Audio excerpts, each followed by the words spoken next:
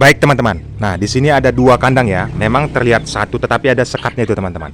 Nah, ini harus kalian konsentrasi. Bagaimana di sini saya masuk dulu ke kandang yang ke kanan ini. Ini kalian perhatikan di sini ada betinanya 5 ekor ya. Ada pejantannya satu. Nah, penentunya teman-teman, kalian harus ketahui usia pejantannya, barulah kalian akan paham berapa jumlah betina yang tepat yang untuk dikawininya. Nah, terlebih dahulu coba kita ke kandang sebelah. Ini tadi satu jantan dan 5 betina ya. Nanti saya akan jelaskan kepada kalian secara detail. Nah, di sini ada kondisi kandang. Kita buka. Nah, ini ada kondisi kandang, satu pejantan dan ini terlihat kecil pejantannya, lebih besar lagi kalau kalian perhatikan ya, itu ada indukannya. Dan ini betinanya ada kurang lebih 10 ekor teman-teman. Bahkan ada 12 ekor ya. Nah, kenapa seperti ini? Nah, itu tadi besar jantannya. Yang sebelah ya, ada besar jantannya. Kenapa betinanya ada 5? Nah, itu mempengaruhi. Yang perlu kalian catat menjadi catatan penting supaya tidak gagal di kemudian hari teman-teman. Usia pejantan ini itulah yang menjadi penentunya. Kecuali kalian memahami kondisi kebutuhan telur yang akan kalian harapkan, fertil atau infertil. Nah, apakah kalian ingin menetaskan telur itu atau tidak, atau hanya dikonsumsi atau menjualnya ke warung ya, ataupun ke pedagang-pedagang telur. Nah, ini menjadi pembelajaran kepada kalian teman-teman. Saya akan jelaskan rumusnya. Nah, kalau misalnya melanggar rumus itu, siap-siap mengalami kerugian dan siap-siap mengalami kekecewaan karena tidak sesuai dengan apa yang diharapkan. Nah, terlebih dahulu kita akan kemari teman-teman. Nah, kita akan ke kandang ini, saya akan jelaskan berapa usianya dan rumusnya seperti apa. Oke, sambil itu biar ayamnya tidak kaget ya, kita akan memberikan makan. Oke. Nah, ini menjadi perhatian khusus kepada teman-teman yang mempunyai harapan ataupun keinginan untuk membuat telur itu menjadi banyak. Artinya telur itu mau ditetaskan atau hanya untuk dikonsumsi. Nah, pejantannya inilah menjadi faktor pendukung itu semua teman-teman. Ibarat tadi, kalau betina ini adalah pabrikannya, kalau pejantan ini adalah mesinnya. Bagaimana pabrikan itu bisa berjalan kalau mesinnya tidak ada? Nah, itu kalau kita berbicara tentang telur fertil, telur yang mau akan ditetaskan. Supaya embrionya itu aktif, kalau kita punya telur 10, pada saat proses penetasan, baik itu menggunakan mesin atau menggunakan indukannya, itu bisa menetas 9 sampai 10 butir itu teman-teman. Artinya bisa sampai 100% karena fertil yang dihasilkan oleh pejantan ini ataupun embrio itu aktif dan kita ketahui bagaimana usianya. Saya akan jelaskan ini teman-teman. Nah, ayam ini usianya sudah memasuki hampir 3 tahun. Nah, seperti itu kondisinya teman-teman. Sudah memasuki hampir 3 tahun. Nah, kondisi sekarang ini, kalau tepatnya pejantan ini sekitar 2 tahun 8 bulanan ya, 8 bulanan. Artinya sudah mau memasuki masa expired. Karena teman-teman, kalau harapan saya telur itu agar bisa menetas, saya mengharapkan telur ayam itu agar menetas ya. Artinya harapan saya kalau betinanya ini bertelur, saya ingin menetaskannya menggunakan mesin penetas. Nah, kenapa saya buat 5? Karena rumusnya seperti ini, pahami ya. Usia pejantan ayam itu kalau usianya sudah 8 bulan, 8 bulan sampai katakanlah 1 tahun, itu yang diberikan indukannya hanya sekitar 6 saja teman-teman. 6. Karena di situ masih rentan, masih proses belajar untuk membuat sperma itu menjadi kental. Kalau di bawah 8 bulan itu malah lebih fatal. Kalau di bawah 8 bulan kalian paksakan untuk menjadi pejantan, untuk mengawini betinanya, itu bakalan fatal. Jangan harapkan telurnya itu bisa menetas, agar kalian tidak kecewa teman-teman. Makanya saya bilang tadi, tujuan kalian untuk mengadakan kandang ayam itu mengkonsumsi telurnya atau menetaskannya. Nah, di sini saya mengharapkan bagaimana betina ini agar bisa menetas telurnya. Makanya saya buat hanya 5. Karena kalau lebih dari 5, itu rumusnya sudah salah. Kalau melawan rumus, kerugian yang saya akan dapatkan. Seperti itu. Bahkan telurnya tidak akan menetas, teman-teman. Nah, saya akan lanjutkan. Tadi di usia pejantan itu 8 bulan sampai 1 tahun. Masa 2 bulan saja ya. 2 bulan itu prosesnya. Itu yang dipersyaratkan hanya 6 ekor saja untuk betinanya.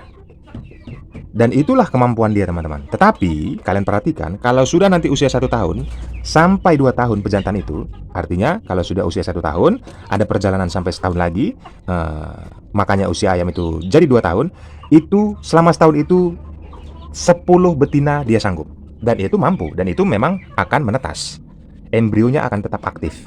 Karena di situ fertil yang dihasilkan oleh pejantan ini dari usia 1 tahun sampai 2 tahun itu tadi, selama setahun itu spermanya lagi bagus-bagusnya teman-teman. Dan itu masa di mana dia proses untuk membuahi betina lagi gacor-gacornya. Makanya di situ kesempatan kita. Makanya kita teman-teman harus tahu usia pejantan kita ini teman-teman. Nah, itulah yang menjadi pembanding. Nah, setelah nanti usia ayam ini 2 tahun, nah ini tadi kan saya katakan 2 tahun 8 bulan, artinya sudah memasuki masa expired. Usia 2 tahun sampai 3 tahun, pejantan itu tidak bisa lagi 10. Makanya saya buat 5 dan identiknya memang harus 5. Kalaupun dipaksakan 6, ya itu nanti dari telur yang dihasilkan 10 butir, penetasannya cuma 7. Makanya jangan heran kalau ada ngeram indukan, kenapa nggak menetas semua, itu faktor dari fertil yang dihasilkan oleh pejantannya teman-teman. Nah, seperti itu. Makanya usia ayam ini menjadi penentu berapa indukan yang harus kita buat kepada pasangannya. Berapa indukan yang harus kita sediakan di dalam kandang ini. Usia pejantannya itulah yang harus kita catat. Nah, saya ulang sekali lagi, bagaimana kondisi 8 bulan sampai 1 tahun usia pejantannya itu layaknya masih 6, masih belajar-belajar untuk pembuahan sperma yang dihasilkannya itu kental. Kalau udah usia 1 tahun sampai usia 2 tahun, artinya ada 1 tahun perjalanannya, itu usia spermanya gacor-gacornya, fertilnya di situ sampai 90%-an. Makanya embrio itu yang dihasilkan nanti oleh telurnya itu akan aktif, memiliki urat ya. Artinya ada kalau kita perhatikan nanti di kuningnya itu ada serat-serat merah, itu pembuluh darah teman-teman. Kalau kita nanti proses sudah dirami telurnya itu 4 hari sudah kelihatan kalau kita senter ya. Seperti itu. Terserah kalian mau menggunakan manual dengan indukannya ramnya atau menggunakan mesin. Mesinnya rekomendasi saya buat itu ada di deskripsi video. Yang mau samaan silahkan klik saja. Nanti akan diarahkan ke tokonya teman-teman. Nah, kenapa kondisinya seperti ini? Dan itu rumus yang sebelah kandang tadi itu berarti sudah melawan dong dengan apa yang kamu utarakan. Mungkin seperti itu pertanyaan kalian ya. Oke, ingat, kita akan kembali ke kandang sebelah. Ini saya mengharapkan untuk telurnya ini bisa menetas dengan baik ya. Artinya kalau memiliki 10 telur, saya masukkan ke mesin penetas, 10-10-nya bertelur. Karena masih maksimal dengan usia 2 tahun 8 bulan, dia masih bisa mengawini sekitar 5 ekor dan saya tidak buat lebih. Makanya spermanya itu masih bisa terjaga. Oke, sekarang kita ke sebelah.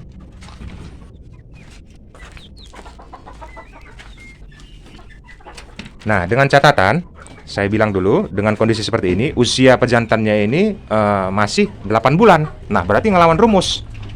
Kalau saya bilang tadi di awal, mungkin ada pertanyaan kalian, karena kalau usia masih 8 bulan itu hanya baiknya 6 ekor. Ini kenapa sampai 12 ekor? Ah, itu menjadi pertanyaan kepada kalian. Mungkin di video ini kalian tonton ya. Nah, bisa saya jelaskan. Di dalam kandang ini ada sekitar 12 atau 13 betina lah. Induk pejantannya 1, tetapi masih usia 8 bulan. Tapi kan bagusnya tadi kalau usia 8 bulan sampai 1 tahun masih dia diperkenankan 6 indukan saja kan, agar bisa menetas. Nah, masalahnya ini saya tidak mengharapkan telurnya itu menetas, karena telurnya ini mau dikonsumsi atau dijual ke warung. Dengan harapan 13 ekor ini berarti rata-rata per harinya itu bisa mencapai 13 butir. Kenapa bisa mencapai 100% seperti itu? Karena kalsium, proteinnya itu sudah kita penuhi. Baik itu karbohidratnya juga. Kalian bisa juga lihat itu ada batu bata digiling ya, dan itu ada arang yang digiling. Nah, ini untuk pembentukan cangkang. Bagi juga ada lampu jam 5 sore sampai jam 9 malam ini dihidupkan.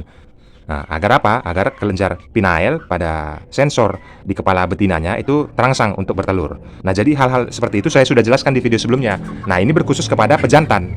Pejantan ini saya tidak mempengaruhi pejantan ini ada di kandang ini.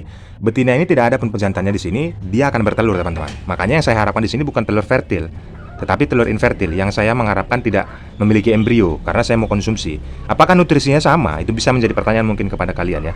Apakah nutrisinya sama kalau telur infertil sama telur fertil dengan telur infertil? Telur fertil itu telur yang dikawini oleh pejantannya, ada embrionya. Kalau telur infertil tidak ada embrionya, tidak dikawini oleh jantannya. Tetapi harus perlu dipahami, mau dikawini atau tidak, ayam ini akan tetap bertelur. Nah, ini menjadi pembelajaran. Mungkin dari sebelum-sebelumnya pemahaman kalian itu, ayam betina ini akan bertelur karena dia dikawini. Itu tidak, teman-teman. Makanya jangan heran kalau misalnya sudah skala besar, pabrikan yang sudah beternak skala ribuan ya, dia tidak perlu ada pejantan di dalam kandang ini. Bahkan kalau ada pejantan, yang betina ini menjadi lebih stres. Karena dia dikejar-kejar, dikawini. Nah, itu yang tidak diinginkan oleh betina. Bulunya itu rontok. Nah, betina ini nyaman dia tidak ada pejantan ini. Karena walaupun tidak ada pejantan, rangsangan dari pakan yang kita berikan kepada ayam ini, dia akan membuat bertelur, teman-teman. Kalau sudah masanya, dia akan bertelur. Nah, sama seperti kalau misalnya, maaf ya, misalnya ada wanita ya, dia tiap bulan itu datang bulan gitu, teman-teman. Jadi tidak adanya pejantan apa tidak itu tidak mempengaruhi karena memang sudah waktunya proses untuk mereka itu haid. Baik itu sama seperti betina ini. Karena ini makhluk hidup teman-teman. Jadi rumus-rumus seperti itu harus kita pahami. Karena kita berkecimpung di dunia peternakan khususnya ayam kampung ini. Kalau rumus seperti itu tidak kita ketahui, yang ada nanti kita hanya mereka-reka. Karena penjelasan ini bisa dijelaskan secara ilmiah ya, artinya sudah melalui uji laboratorium dan ini bisa kalian lihat juga informasinya di sosial media, baik itu Google ataupun Meta AI. Kalian bisa tanyakan situ kalau kalian ragu teman-teman. Jadi pembelajaran yang saya berikan kepada kalian melalui video panjang ini bukan serta-merta hanya asumsi liar saya atau apalagi hoax ya, menimbulkan pernyataan yang tidak benar, bukan teman-teman. Nah, saya sudah jelaskan kenapa ini saya biarkan kondisi seperti ini memaksakan. Aduh, loh ini pejantannya masih umur 8 bulan, kenapa betinanya sampai 12 ekor? Nah, karena yang saya harapkan bukan dikawinin ataupun bukan mau saya tetaskan telurnya teman-teman, tapi mau dikonsumsi. Beda tadi dengan kandang yang di sebelah tadi. Itu saya sadar usia pejantannya sudah 2 tahun 8 bulan dan itu sudah melewati dari 2 tahun ya, makanya saya kurangi betinanya, dia hanya bisa mengawini sekitar 5 ekor saja. Kalau lebih nanti akan menimbulkan maninya itu encer, tidak akan bisa ada pembuahan embrio di dalam telurnya itu. Jadi percuma pada saat kita menetaskan, yang ada telurnya akan busuk, tidak akan menetas. Seperti itu teman-teman penjelasannya. Nah, saya rasa sudah paham ya. Kalau misalnya tidak paham juga tolong di skip saja. Maksudnya diulang lagi penjelasan saya dari awal. Jadi perbandingannya itu jelas. Perbandingannya jelas, bukan karena keinginan kita. Kalau misalnya pejantannya itu besar gitu ya, jantannya besar, bulunya udah bagus, dia udah kukuruyuk, bukan itu menjadi penentu teman-teman. Makanya kalian catat usia ayamnya. Dari usia ayamnya itulah makanya kita bisa memberikan betinanya ini berapa di kandang.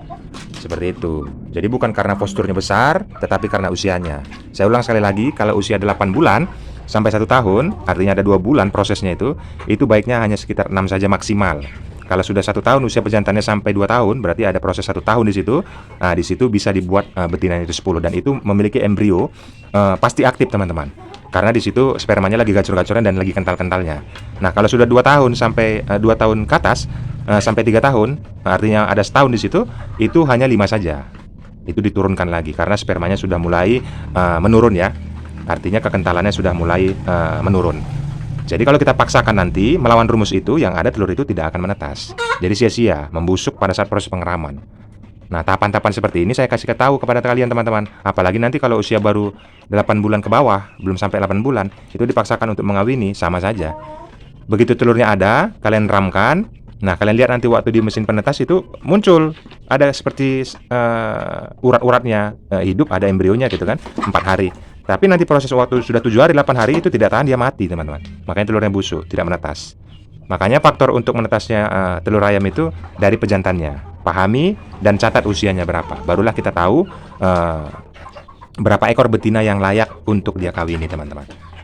Oke, penjelasannya demikian dulu teman-teman. Kalau ada pertanyaan silahkan tanyakan saja di kolom komentar. Saya bukan mau menjawab berdasarkan asumsi liar ya ataupun hoax, tetapi berdasarkan pengalaman dan ini bisa dipertanggungjawabkan secara ilmiah. Ada yang mau ditanyakan silahkan tumpahkan saja di kolom komentar teman-teman. Jangan lupa like-nya agar saya lebih semangat lagi untuk mengupload video terbaru. Nyalakan loncengnya pada saat kalian sudah subscribe channel ini. Terima kasih teman-teman yang sudah menonton, yang sudah like, yang sudah komentar. Akhir kata saya ucapkan salam kasih dari Jerry Plawi.